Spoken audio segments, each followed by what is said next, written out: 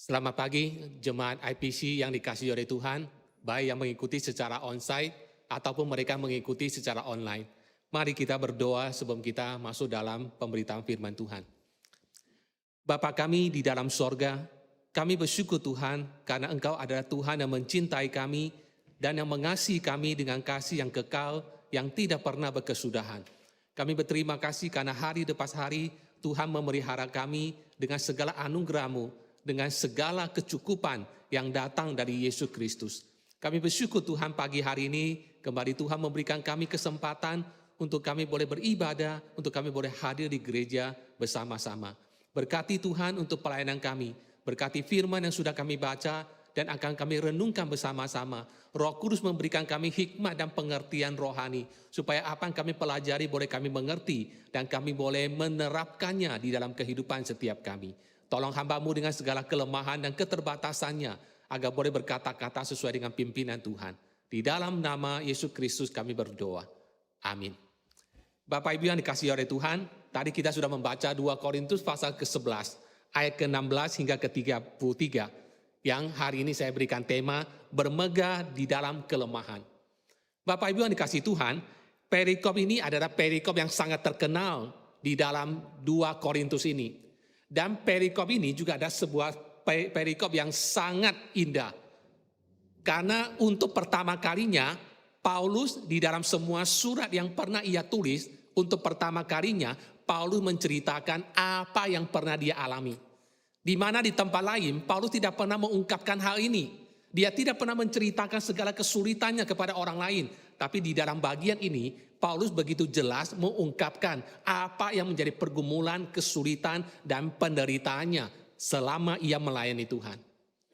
Bapak Ibu yang dikasihi oleh Tuhan, apa yang keluar dari mulut Paulus ini kelihatannya seperti membanggakan diri. Tetapi sesungguhnya ini adalah fakta yang dialami oleh Paulus di dalam pelayanannya. Bapak Ibu Saudara, ketika kita membaca kitab Kisah Para Rasul, atau ketika kita membaca surat-surat yang ditulis oleh Paulus, kita mendapati kesan bahwa banyak orang yang tidak suka dengan Paulus. Banyak orang yang tidak suka dengan Paulus. Banyak orang menganggap Paulus itu arogan, sombong. Misalnya di dalam 1 Korintus pasal 11 ayat 1, Paulus pernah berkata demikian. Jadilah pengikutku sama seperti aku menjadi pengikut Kristus. Bahasa Inggris mengatakan demikian. Imitate me as I imitate Christ. Tirulah aku, contohlah aku, sama seperti aku mencontoh Kristus. Banyak orang menganggap Paulus sombong. Berani berkata, meminta jemaat untuk menjadikan dirinya sebagai contoh. Dan ketika Paulus ada di dalam penjara, orang-orang tidak suka dengan dia, berusaha melakukan sesuatu untuk memprovokasi Paulus, supaya Paulus marah, sakit hati ketika ia ada di penjara.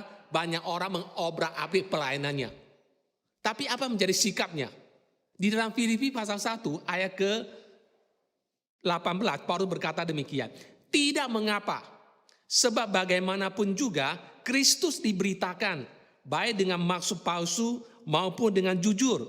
Tentang hal itu aku bersuka cita dan aku akan tetap bersuka cita. Paulus tidak peduli motivasi orang lain melayani Tuhan seperti apa untuk merusak reputasinya. Dia tidak peduli. Yang penting Injil Yesus Kristus tetap diberitakan. Dan Bapak Ibu Saudara, hari ini latar belakang dari perikop yang kita baca ini adalah ada sekelompok pemimpin yang datang dari Yerusalem dan mengaku sebagai Rasul Yesus Kristus. Mereka datang dan mereka membanggakan segala keberhasilan mereka di dalam pelayanan. Dan berusaha untuk menarik orang-orang Kristen di Korintus untuk mengikuti mereka dan untuk meniru mereka. Mereka menyatakan diri sebagai pemimpin yang fasih berkhotbah, yang fasih lidah dalam berkata-kata. Dan mereka menghina pribadi Paulus dan juga pelayanan Paulus. Mereka memberikan kesaksian yang spektakuler, yang membuat orang terpesona, lalu tertarik untuk mengikut mereka. Dan bukan hanya mengikuti mereka, mengikuti ajaran mereka. Bahkan rela memberikan uang persembahan untuk mendukung pelayanan dari hamba-hamba Tuhan itu. Bapak Ibu Saudara, bukankah pola yang sama kita temukan pada gereja sepanjang abad dan juga hari ini? Ada banyak orang Kristen yang terpesona dengan pemimpin-pemimpin yang dianggap besar, yang fasih lidah, yang penampilannya seperti seorang selebritis, yang memiliki pelayanan yang luas, yang bisa membangun gereja besar, yang bisa menghimpun banyak uang untuk melakukan atau untuk mewujudkan apa menjadi ambisi pribadinya. Pola yang sama terjadi. Dan ketika Paulus melihat bahaya ini, ketika Paulus melihat ada jemaat di Korintus yang karena keluguannya begitu tertarik kepada pemimpin-pemimpin yang menganggap dirinya sebagai rasul Yesus Kristus. Dan mulai mengikuti ajaran mereka. Mulai mengikuti hidup mereka. Mulai mendukung mereka dengan membabi buta.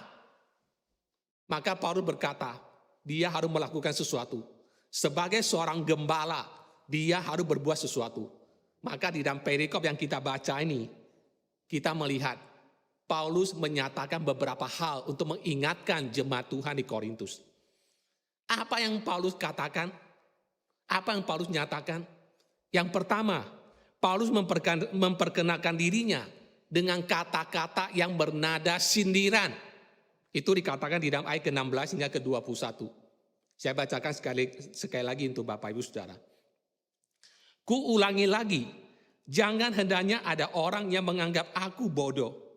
Dan jika kamu juga menganggap demikian, terimalah aku sebagai orang bodoh, supaya aku pun boleh bermegah sedikit.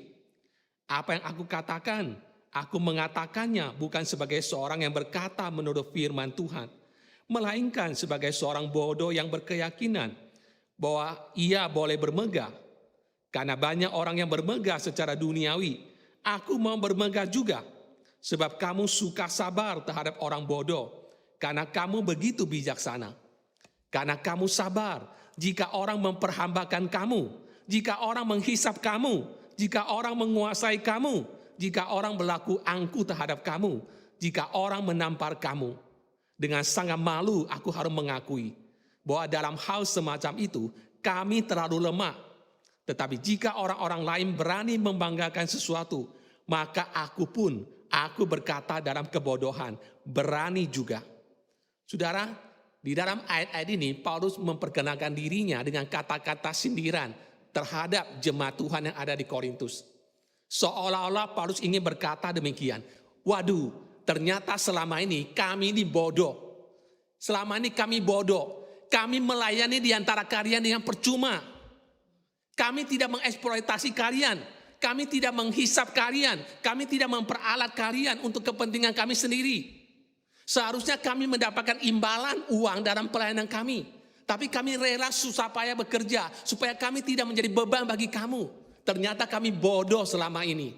Ternyata kami selama ini tidak memperalat kamu. Dengan kata-kata yang bernada sindiran, Paulus sesungguhnya ingin menegur orang-orang Korintus. Karena mereka begitu cepat berpaling kepada pemimpin yang lain. Karena mereka begitu cepat mengikuti pemimpin lain. Karena mereka tidak sadar, mereka sedang dieksploitasi. Mereka sedang dihisap, mereka sedang diperalat oleh pemimpin-pemimpin demi ambisi pribadi mereka, demi kepentingan mereka. Tapi jemaat tidak sadar. Kedua, saudara, di dalam bagian Alkitab ini, Paulus menyatakan kedudukannya atau kredensinya. Itu dikatakan di ayat 22 dan 23a. Apakah mereka orang Ibrani? Aku juga orang Ibrani. Apakah mereka orang Israel? Aku juga orang Israel. Apakah mereka keturunan Abraham? Aku juga keturunan Abraham. Apakah mereka pelayan Kristus? Aku berkata seperti orang gila. Aku lebih lagi. Saudara, ada 4 pertanyaan yang dikemukakan oleh Paulus di sini untuk menyatakan kedudukannya, kredensinya. Yang intinya Paulus ingin berkata, dibandingkan dengan para pemimpin yang dianggap sukses, yang dianggap hebat itu, aku tidak kalah. Pertama, Paulus mengatakan, apakah mereka orang Ibrani? Pertanyaan ini menyangkut sisi religiusitas dari Paulus. Dan saudara, di dalam Kisah Rasul pasal 22 ayat ketiga, ketika Paulus ditangkap di Yerusalem, ia memperkenalkan dirinya demikian. Aku adalah orang Yahudi, lahir di Tarsus di tanah Kilikia, tetapi dibesarkan di kota ini, dididik dengan teliti di bawah pimpinan Gamaliel dalam hukum nenek moyang kita, sehingga aku menjadi seorang yang giat bekerja bagi Allah, sama seperti kamu semua pada waktu ini. Kedua, Paulus bertanya, apakah mereka orang Israel? Pertanyaan ini menyangkut etnisitas atau kesukuan dari Paulus. Maka di dalam Filipi 3 ayat ke-5, Paulus berkata demikian. Disunat pada hari ke-8 dari bangsa Israel, dari suku Benyamin, orang Ibrani asli, tentang pendirian terhadap hukum Taurat, aku orang Farisi. Dan pertanyaan ketiga, apakah mereka keturunan Abraham? Paulus dengan jelas mengatakan, aku juga keturunan Abraham. Lalu terakhir, apakah mereka pelayan Kristus? Dengan tegas Paulus mengatakan, aku juga pelayan Kristus. Dengan kalimat-kalimat ini, Paulus ingin mengatakan bahwa aku tidak kalah dengan semua pemimpin-pemimpin yang hebat itu. Yang menganggap mereka bekerja mati-matian untuk Tuhan. Yang menganggap mereka punya reputasi yang baik. Punya kredensi, kedudukan yang tinggi. Aku sesungguhnya tidak kalah dengan demikian. Hal yang sebetulnya tidak pernah dinyatakan oleh Paulus. Karena Paulus adalah seorang yang sangat rendah hati. Dia selalu menyadari bahwa di hadapan Tuhan dia bukan siapa-siapa. Bahkan di bagian lain dia berkata, di antara semua orang berdosa, aku yang paling berdosa. Paulus selalu merasa dirinya begitu kecil di hadapan Tuhan. Dia tidak pernah membanggakan apa yang dia kerjakan. Tapi kali ini dia terpaksa untuk mengungkapkan hal ini. Kenapa? Karena dia melihat jemaat Tuhan diselewengkan, diperalat oleh pemimpin-pemimpin yang tidak bertanggung jawab. Dan yang ketiga, apa yang Paulus katakan di dalam perikop ini? Yang ketiga, Paulus menyatakan penderitaan-penderitaan yang dialaminya. Paulus mengungkapkan penderitaan-penderitaan yang dialaminya, yang selama ini belum pernah diungkap oleh Paulus. Belum pernah diceritakan oleh Paulus. Semua itu dia tanggung sendiri dan hanya Tuhan yang tahu segala pergumulan yang dia hadapi dalam pelayanan. Dia tidak pernah cerita kepada siapapun. Tapi kali ini dia terpaksa untuk mengungkapkannya. Itu dicatat di dalam ayat ke-23b sampai ayat ke-29. Saudara, dari semua penderitaan yang dialami oleh Paulus ini, kita bisa mengkategorikan dalam beberapa hal. Pertama, penderitaan secara fisik. Itu dikatakan di dalam ayat ke-23b hingga 25. Apa penderitaan fisik yang dialami Paulus? Dikatakan, aku lebih banyak berjeri lelah, lebih sering di dalam penjara, didera di dua batas, kerap kali dalam bahaya maut. Perjalananku, aku sering diancam bahaya banjir dan bahaya penyamun. Bahaya dari pihak orang-orang Yahudi dan dari pihak orang-orang bukan Yahudi. Bahaya di kota, bahaya di padang gurun, bahaya di tengah laut, dan bahaya dari pihak saudara-saudara palsu. Ketiga, kelelahan fisik yang dialami oleh Paulus, itu dikatakan di ayat ke-27. Aku banyak berjeri lelah dan bekerja berat.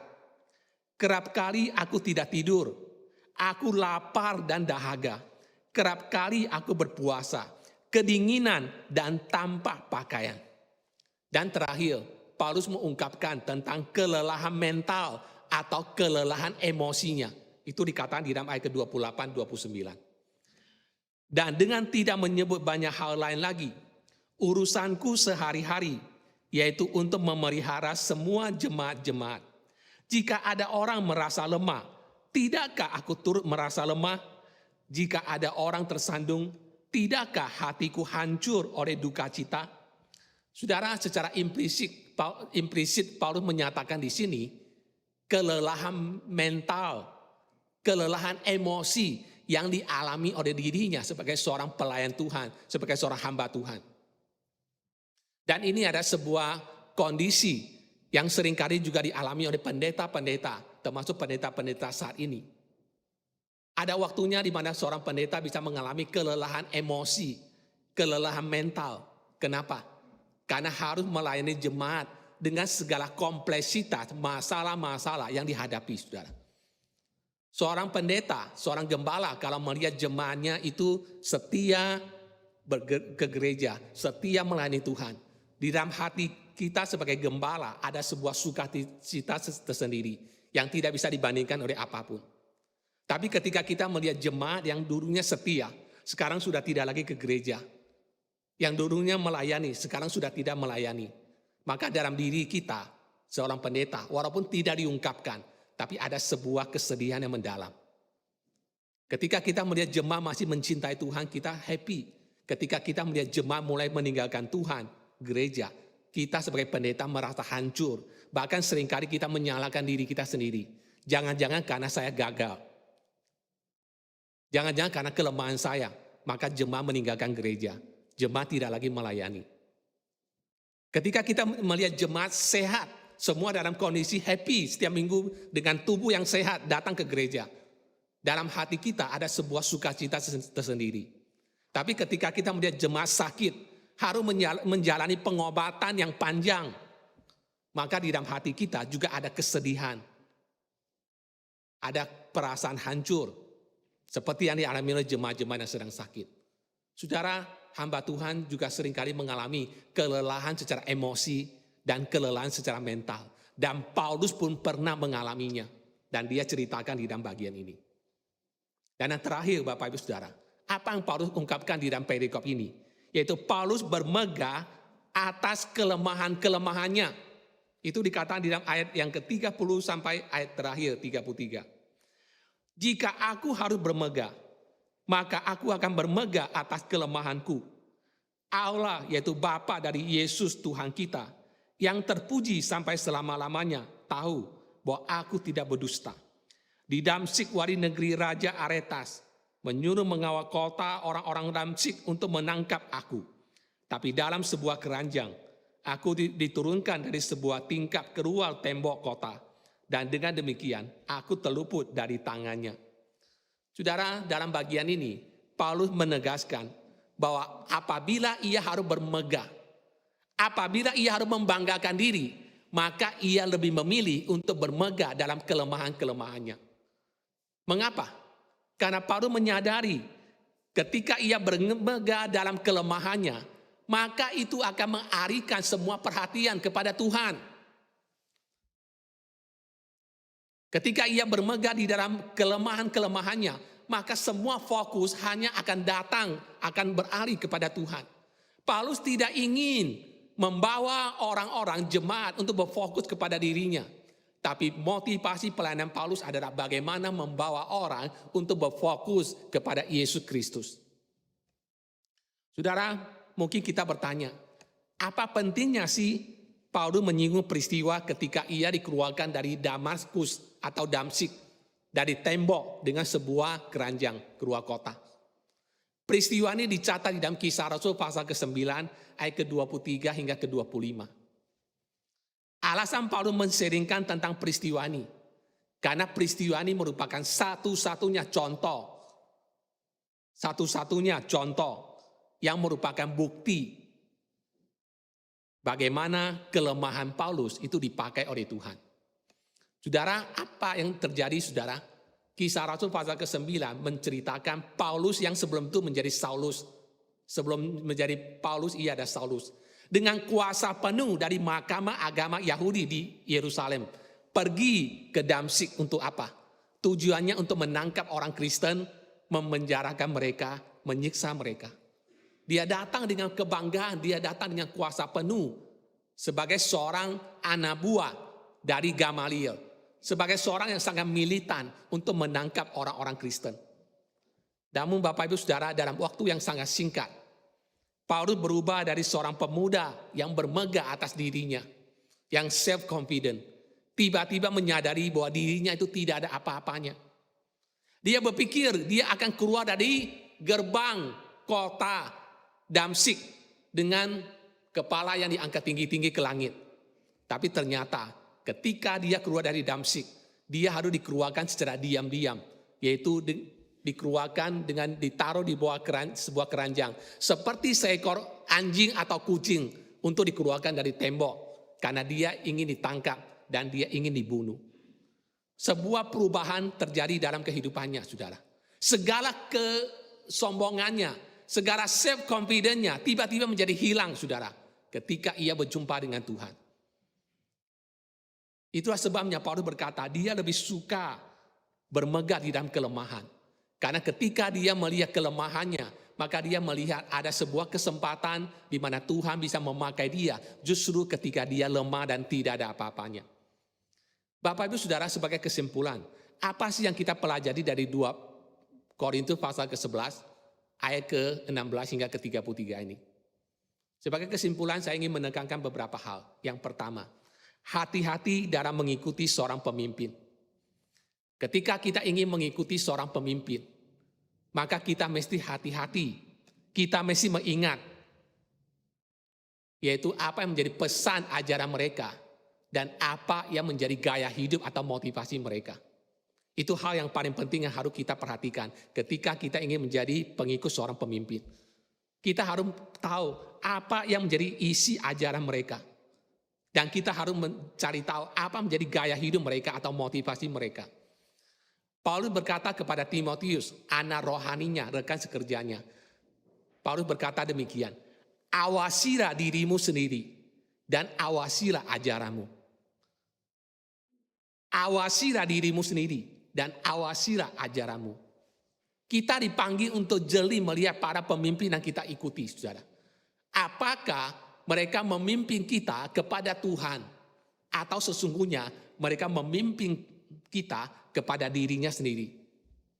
Kita mesti jeli apakah pelayanannya adalah untuk membangun kerajaan Tuhan atau sesungguhnya pelayanannya adalah untuk membangun motivasi ataupun ambisi-ambisi pribadinya. Hati-hati di dalam mengikuti seorang pemimpin. Kedua, apa yang kita pelajari dari perikop ini? Paulus mengajar kita untuk setia melayani Tuhan dalam kondisi apapun. Saudara, sekalipun Paulus mengalami berbagai macam kesulitan penderitaan dalam pelayanannya, tapi segala kesulitan dan penderitaan yang dialami dalam pelayanannya tidak menyurutkan semangat Paulus untuk tetap melayani Tuhan. Pertanyaannya adalah, apakah ketika kita mendapati hidup kita semakin sulit, apakah di saat itu masihkah kita setia mengikut Tuhan atau tidak? Ketika kita mendapati kondisi semakin sulit, ada banyak hambatan, ada banyak persoalan seperti saat ini pandemi COVID yang belum selesai. Apakah kita masih tekun dan setia melayani Tuhan atau tidak? Paulus mengajar kita, kesulitan dan penderitaan apapun tidak menyurutkan semangat kita untuk terus setia melayani Tuhan. Dan yang ketiga, apa yang kita pelajari dari perikop ini? Seorang pelayan Tuhan sadar bahwa mereka lemah atau inkompeten dan bermegah atas kelemahan mereka. Seorang pemimpin Kristen harus senantiasa sadar bahwa di dalam diri kita itu tidak ada apa-apanya. Kita itu lemah, kita inkompeten, kita bisa karena Tuhan yang memampukan kita. Saudara, Paulus sadar sepenuhnya akan kelemahannya. Sehingga ia berkata dalam 2 Korintus 3 ayat ke-5 demikian. Dengan diri kami sendiri, kami tidak sanggup untuk memperhitungkan sesuatu seolah-olah pekerjaan kami sendiri. Tidak, kesanggupan kami adalah pekerjaan Tuhan. Paulus sadar sekali bahwa ia lemah dan ia ingin bermegah di dalam segala kelemahannya. Itulah sebabnya 2 Korintus 11 ayat 30 ia berkata, jika aku harus bermegah, maka aku akan bermegah atas kelemahanku. Dan yang terakhir, apa yang kita pelajari dari perikop ini? Perikop ini mengingatkan kita bahwa kita diselamatkan karena apa yang Kristus lakukan, bukan karena apa yang kita lakukan. Hari ini kita diselamatkan oleh Tuhan karena apa yang Kristus kerjakan, bukan karena apa yang kita lakukan. Saudara, Paulus tidak tertarik untuk memegahkan dirinya atas semua pencapaian dan keberhasilannya. Itulah sebabnya Paulus tidak pernah menceritakan segala keberhasilannya, segala achievementnya, segala penderitaannya di dalam pelayanan. Paulus tidak pernah menceritakan semua itu. Karena Paulus tahu semua itu bukan dasar dia diterima Tuhan, dia diselamatkan. Ia sadar bahwa ia diterima Tuhan, diselamatkan Tuhan hanya semata-mata karena apa yang Tuhan Yesus kerjakan di kayu salib untuk menebus dosanya dan memberikan keselamatan kekal kepadanya. Bukan karena penderitaan yang dialaminya, bukan karena cara melayaninya, bukan karena berapa banyak jemaat yang dibawa mengenal Yesus oleh pelayanannya, bukan. Paulus menyadari dia diselamatkan hanya semata-mata karena karunia Tuhan. Hal ini mengingatkan kepada kita, Bapak Ibu Saudara, satu hari ketika kita ke sorga, kita ke sorga, itu bukan karena kita lebih baik dari orang lain. Kita ke sorga, bukan karena kita mengerjakan sesuatu yang layak untuk diperhitungkan, bukan. Kita bisa ke sorga, karena Kristus telah datang menebus kita, mati untuk keselamatan kita. Sehingga di dalam diri kita, tidak ada yang bisa kita banggakan. Tidak ada yang bisa kita sombongkan. Yang ada adalah seperti Paulus katakan di dalam 2 Korintus 10 ayat 17. Tapi barang siapa bermegah, hendaklah ia bermegah di dalam Tuhan.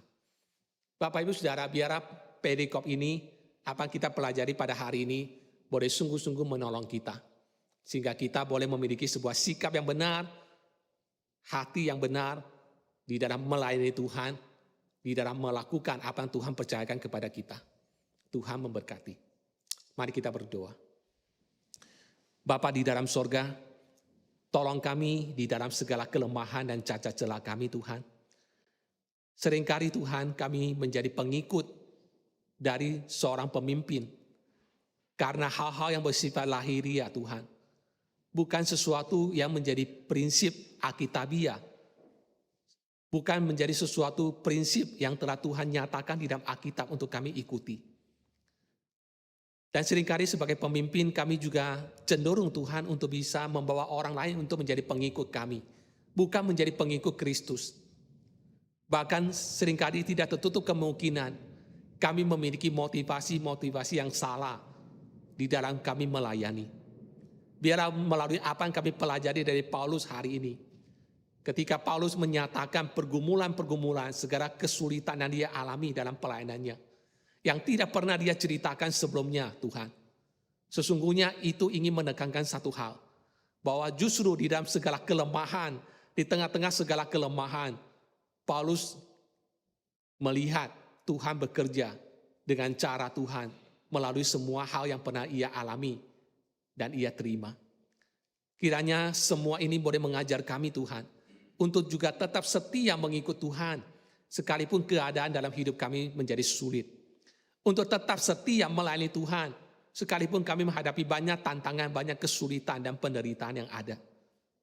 Dan biarlah Tuhan kami boleh sungguh-sungguh mengerjakan apa yang Tuhan percayakan kepada kami untuk kami kerjakan. Dan karena kami percaya Tuhan akan memberikan kami kekuatan di tengah-tengah segala kelemahan kami. Kami diselamatkan semata-mata karena anugerah Tuhan. Dan hari ini ketika kami diberikan kesempatan untuk melayani, itu semata-mata adalah untuk meresponi apa yang telah Tuhan kerjakan dan berikan atas setiap kami. Berkati seluruh pelayanan Tuhan yang ada di IPC Renwick Tuhan. Berkati Pak Joni dengan para tim penatua, dengan segala aktivis yang melayani, agar sungguh-sungguh Tuhan, gereja Tuhan semakin kuat, kokoh, dan semakin dipakai oleh Tuhan. Demi nama Yesus Kristus kami berdoa. Amin.